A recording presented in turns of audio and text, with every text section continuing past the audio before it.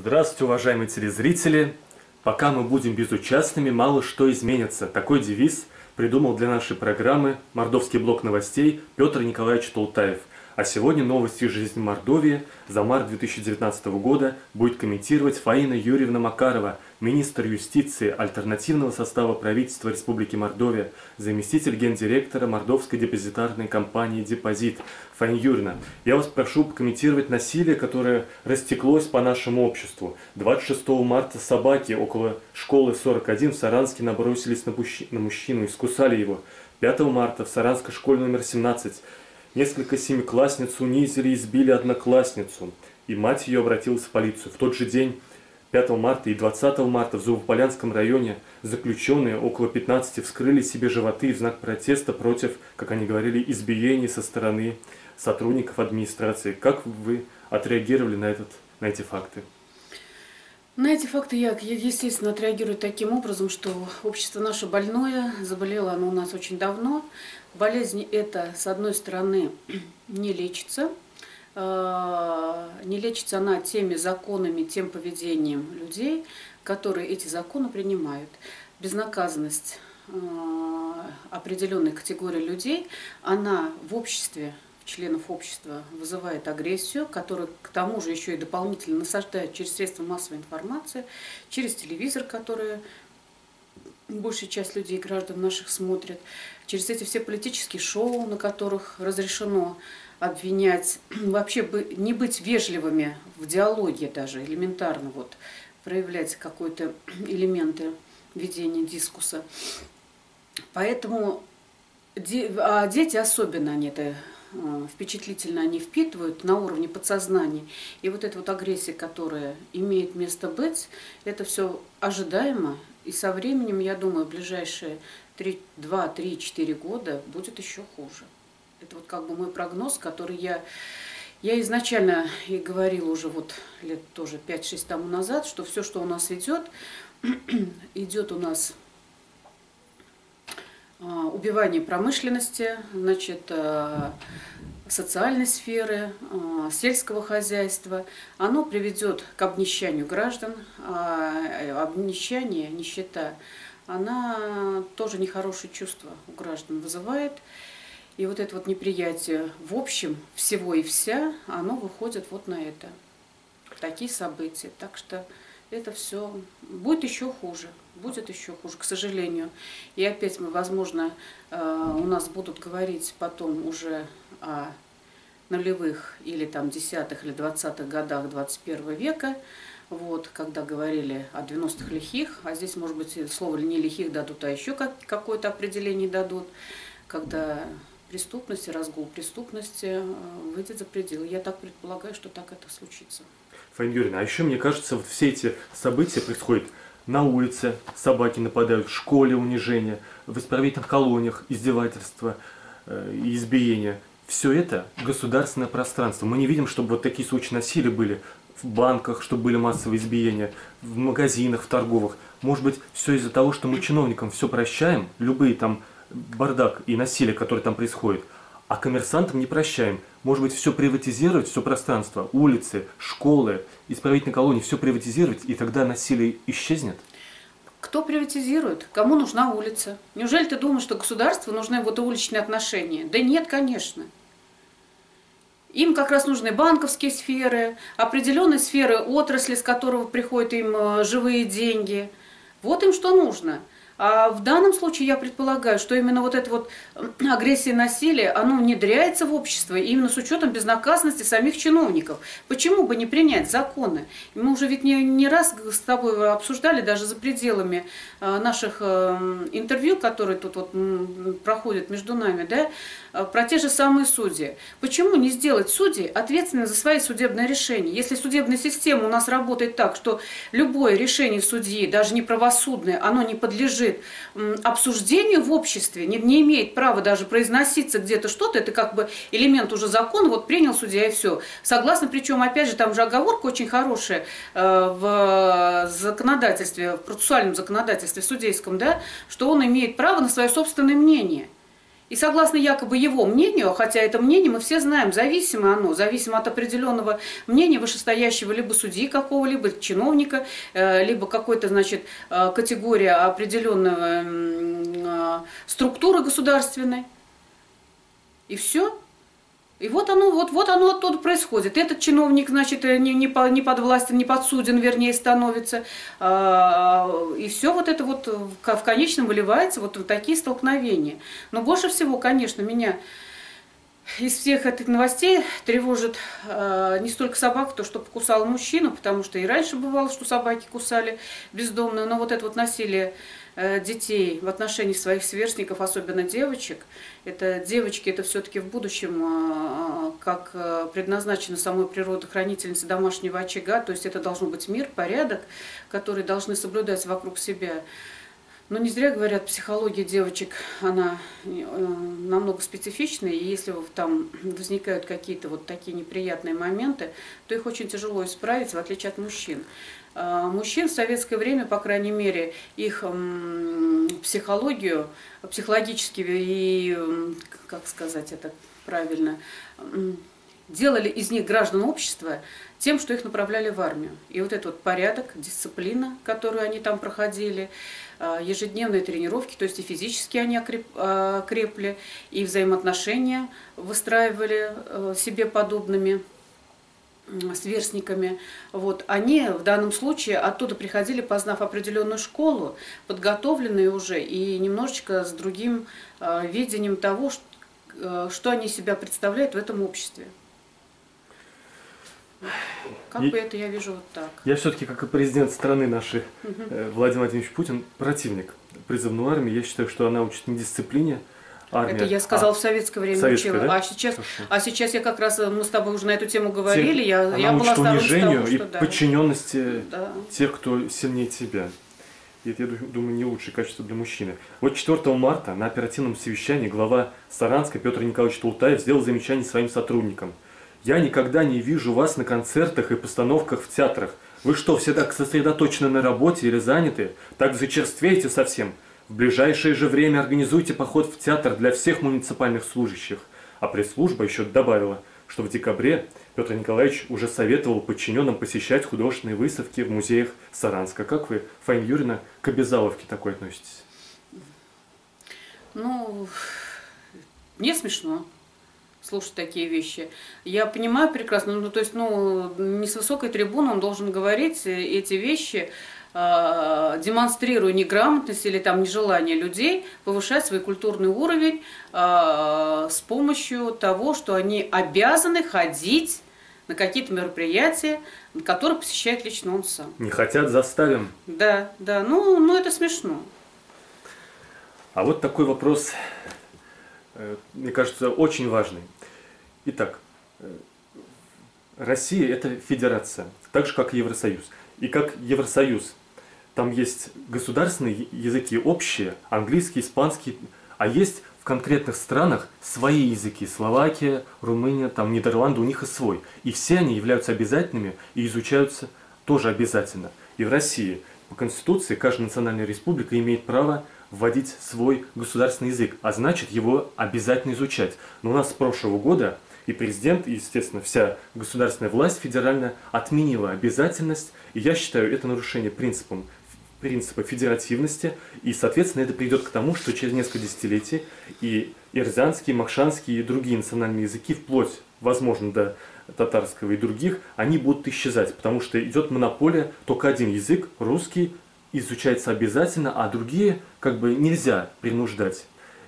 И вот продолжение этого новость. Но вопреки этому идет вот такие паллиативы, мелкие улучшения. 27 февраля Госсобрание приняло изменения в закон, и теперь можно пользоваться махшанским и рязанским языком не только на заседаниях Госсобрания, но на территории Мордовии на всех мероприятиях, проводимых государственной властью и органами местного самоуправления. Как вы относитесь к тому, чтобы национальным языкам тоже их обязательно как бы принуждали их обучение и максимально их поддерживали, потому что иначе они все исчезнут, они не могут конкурировать с обязательными языками английскими, русским, китайским, арабским, они просто через десятилетия исчезнут, если их искусственно не поддерживать как редкие виды живых существ.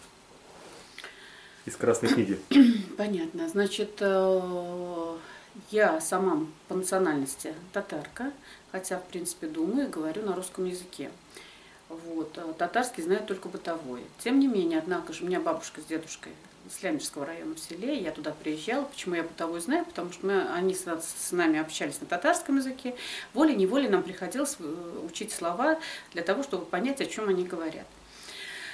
При этом мои родственники, двоюродные тетки, получаются они, там сестры другие двоюродные, троюродные уже так далее, они учились в деревенской школе, она была национальной, они изучали и математику, и литературу, родную речь у них была на татарском языке. И мне всегда было очень интересно, когда я маленькая была, значит, к ней смотреть вот эти учебники.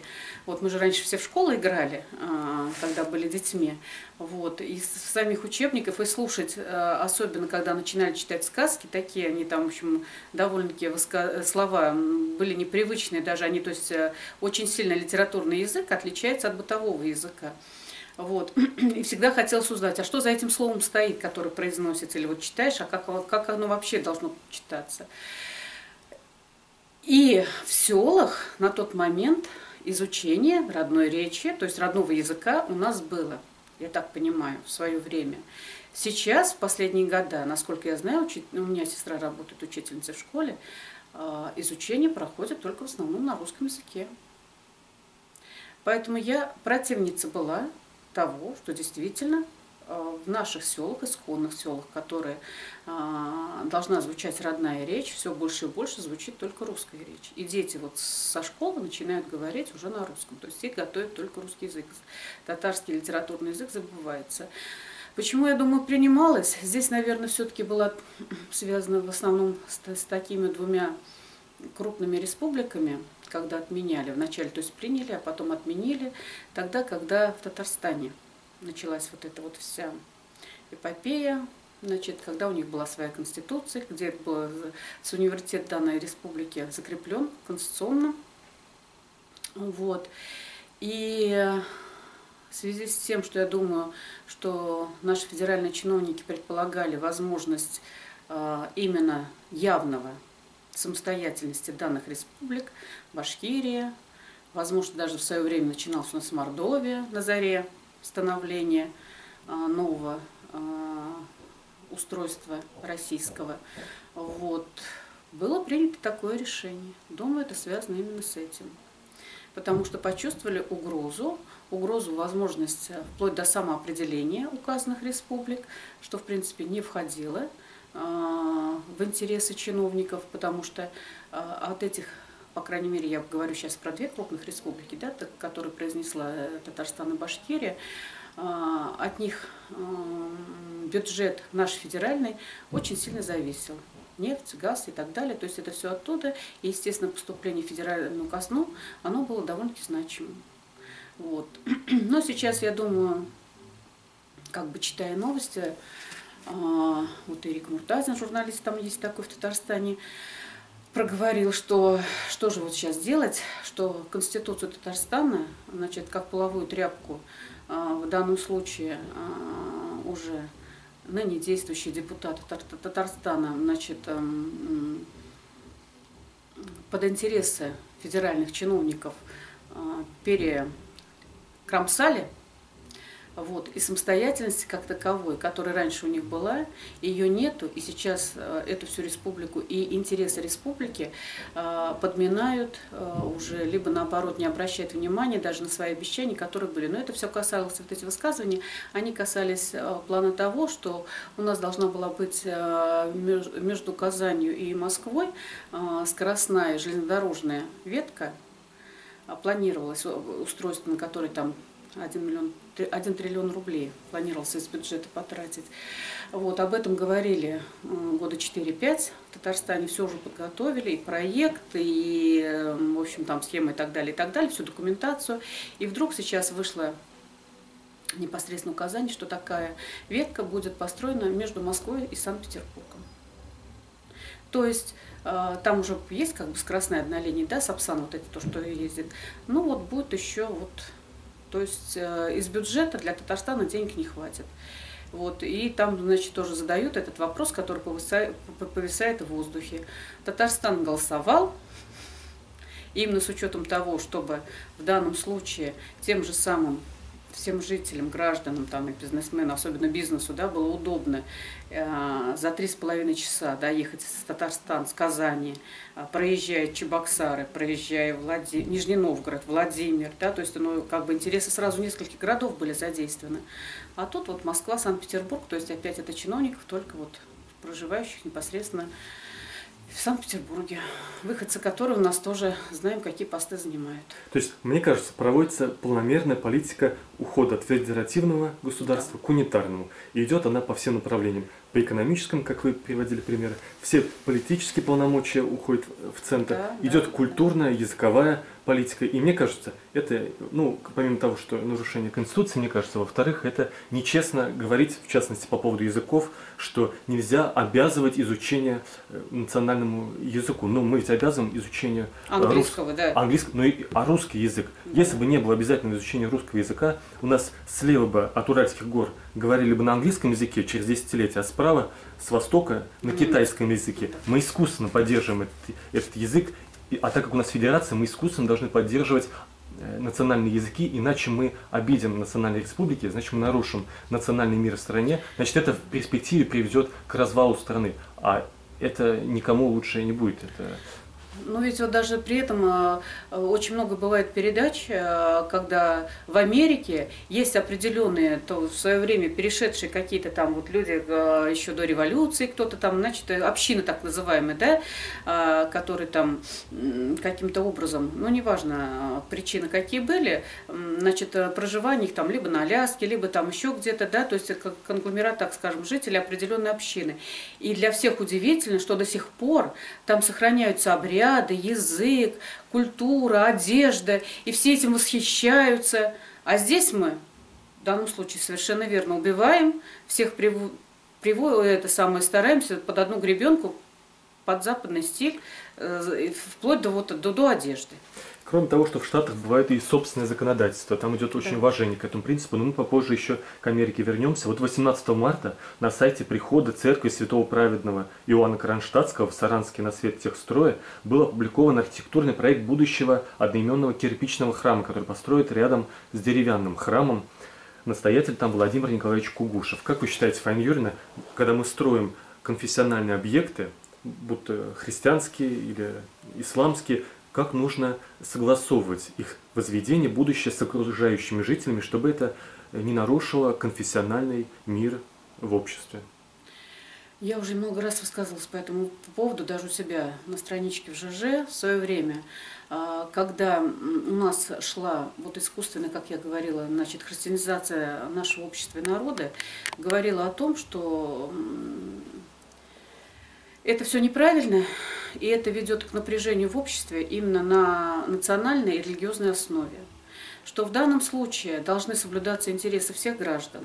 Вот когда у нас собор строили, значит, и там разговоры шли, у меня потом на странице возникал диспут такой, что вот там во время, значит, Курбан-Байрама или там Ураза-Байрам, как у нас вот этот праздник еще есть, да, вот люди, значит, со своей стороны, значит, вот в мечети звучат, значит, там призывы к богослужению, на что я отвечала. В центре у нас Саранска построили собор.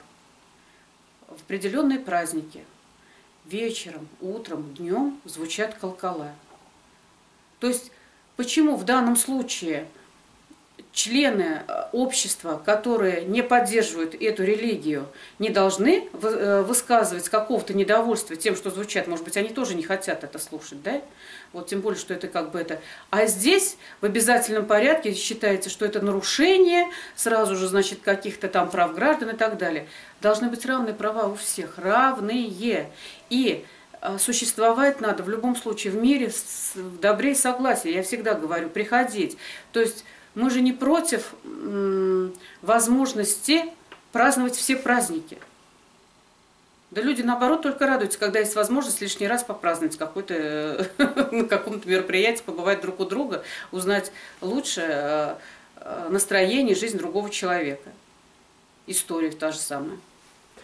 18 марта был митинг в Старошаговском районе, около 100 митингующих протестовали против оптимизации центральной районной больницы. Там более 10 ставок сократили. Кроме того, жильцы жаловались, кроме нарушения их права на своевременную медицинскую помощь, жаловались на то, что, по их мнению, нет автобусного сообщения между Саранском и Старым Шагово. Ну, по-моему, это даже вот не стоит обсуждать, это всем очевидно. Про эту оптимизацию мы с тобой уже как-то тоже уже на нее дискутировали. Против, особенно именно больниц, учреждений школьных. То есть все, что связано с социалкой, оптимизировать здесь. Тут нужно, наоборот, развивать, углублять и внедрять везде. Даже если, как вот после революции, в каждой деревеньке, значит, школы открывали, обучали старух неграмотных. В обязательном порядке все были фельдшерские пункты какие-то, больницы открывались. А сейчас что? Я против этой оптимизации, когда люди не могут своевременно, когда им нужно, получить необходимую помощь медицинского, либо вот в плане образования, либо вот в плане медицинского обслуживания. У нас появились в марте новые цифры по экологии Мордовии. Выяснилось, что вода Саранска по содержанию никеля, железа и фтора в 1,5-2 раза превышение нормы, йод, наоборот, недостаток в воде. По загрязненности воздуха у нас было превышение в декабре, в сентябре и в феврале. В декабре мы знаем, это Мордовцемент. Там нам мы уже обсуждали. Да, и еще вот Владимир Ильич Волков сказал, что в ближайшие 2 года, когда мы проведем мусорную реформу, построить завод и станции мусороперегрузочные, он пообещал 2 раза в марте, что мы очистим все придорожные леса и посадки от мусорок, которые мы, все жители Мордовии, намусорили за десятилетия. Ну, я так думаю, что к чемпионату мира у нас уже 1 раз прочистили все близлежащие объекты, дороги, которые шли к городу, вот, и, значит, предназначались для того, чтобы показать гостям наши близлежащие села, там везде была чистота, везде был порядок. Поэтому я так думаю, что если Тултаев, как обычно бывает, у него организует субботники выхода своих непосредственных работников. Они охраняют уже, улицы и убирают. И убирают, да. Многофункциональные сотрудники. Да. То, в принципе, вообще, чего им там делать в кабинетах, пусть они уже так выходят и, значит, составят график всех этих районов, всех деревень, и приведут все в порядок, все будет чисто, все будет хорошо. Даже заводы не придется, мне кажется, строить. Для сжигания. Да. Поэтому там есть люди, которые могут все это в ближайшее время уже сработать. Даже заводы, говорят, построить не обязательно, может быть, и придется. Это говорит о том, какая у него кадровая политика, каких он людей набрал, что они могут выполнять любую работу по городу. Ну, смех смехом. Дело в том, что действительно у нас люди выбрасывают мусор, но выбрасывали люди мусор из-за чего? Если не стояли эти контейнеры, необходимые для вывоза мусора, да, ведь никому не интересно мусор в данном случае выбрасывать куда попало или в лес. Люди выбрасывали только в силу того, что ящиков не стоял. Даже вот я проезжаю здесь вот по трассе Лямберь-Саранск, там вот отведенное место есть, где установлены эти большие контейнеры. Вот. И бывают дни, когда после выходных особенно, да, то есть когда люди едут в сел, они с собой захватывают мусор, который выбрасывают вот в эти контейнеры большие. И их такое количество, то есть они уже переполнены, и весь этот мусор разлетается, а за пределами этих контейнеров огороженных стоят построены искусственным образом, типа того, я их называю кибитками, ну вот такие заградительные с деревяшечек, значит, какие-то эти типа бомжи, которые фактически занимаются утилизацией этого мусора в плане выбора. Где-то металл, наверное, где-то картон, где-то еще что-то, да. И вот они распахивают эти большие пакеты, и все это летит, и все это загрязняет. Почему бы не навести порядок там, не заняться тут этими возможностью того, чтобы даже вот этих же самых бомжей обязательно осуществить эту уборку того, что они там накидали. Они же ведь мимо проезжают, все видят. Тем более там недалеко пост ГАИ, на который останавливаются. Проблем решить ситуацию нету, если подойти к этому с умом изначально. Всегда можно это сделать. Просто, наверное, руки до этого не доходят. Последний у нас блок новостей, где мы берем опыт из международного мира.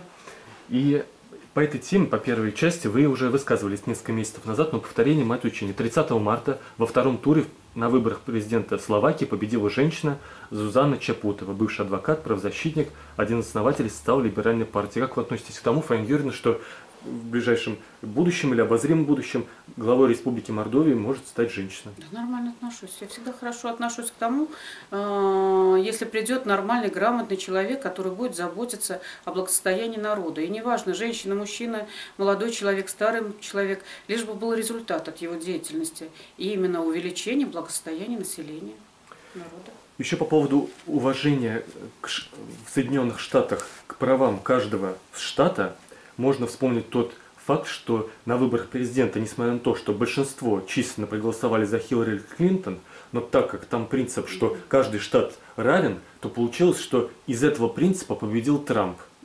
И это говорит о том, как там уважают права регионов, в отличие от некоторых стран. Да. Но я хочу сказать, что мне нравится, то, что вот если у них есть закон, они в рамках этого закона всегда принимают свое решение. То есть они от него не уступают, они его не краят потом под интересы какого-то конкретного человека.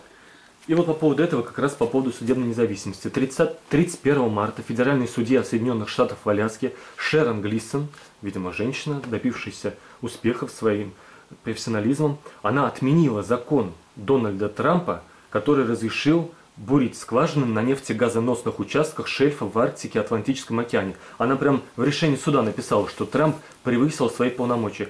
Как вы относитесь к тому, чтобы судебную независимость, вот такую американскую, применить на почве Мордовии? Хорошо. Не помешает она? Нет, не помешает. Но только у нас этого никогда не будет. Я думаю, в ближайшие, по крайней мере, 15-20 лет точно не светит, пока мы живы. А там уж дальше не знаю, как сложится. Но это мечта, которую хотелось бы увидеть в явь. Но вот пока у нас такого, к сожалению, нет. Ждем прихода к власти альтернативного состава правительства, в котором вы проведете судебную реформу. Но второй вопрос по поводу этого же решения. Вот она отменила разрешение Трампа, что нужно начать скважины бурить. А как вы относитесь к тому, чтобы у нас в Мордовии искать месторождение углеводородов на территории республики? Плюс какие могут быть? Демография улучшится, экономический рост. Будем захлебываться в деньгах, население Мордовии увеличится. Зато замусорим леса, экологическая катастрофа, нефтью все загадим все. Как вы считаете? В любом случае, любое производство, есть культура его строительства, возведения и так далее, и так далее. Да? Если бездумно, не соблюдая определенные нормы санитарные, которые у нас приняты, другие какие-то определенные законодательно установленные действия, то тогда да, мы можем, ведь нам даже сейчас, вот мы с тобой уже говорили про мусорки, да, не имея месторождений, о которых ты говоришь, леса наши загажены. Поэтому просто нужно, наверное, соблюдать культуру поведения в любом виде деятельности и соблюдать непосредственно все нормы, которые в данном случае могут, то есть мы должны соблюдать для того, чтобы не ухудшить наше, как это говорят, место, где вот мы проживаем, где мы находимся. Среду обитания. Вот, совершенно верно. Среду обитания. Если мы будем ее защищать, если мы будем ее оберегать, то тогда, независимо от того, найдется у нас какой-то там непосредственно для полезного ископаемого, для добычи полезного ископаемого какое-то месторождение, не найдется, оно не повлияет в этом случае, я думаю. Уважаемые телезрители, новости из жизни Мордовии в программе «Мордовский блок новостей» комментировала Фаина Юрьевна Макарова. Спасибо вам большое. Большое спасибо тебе.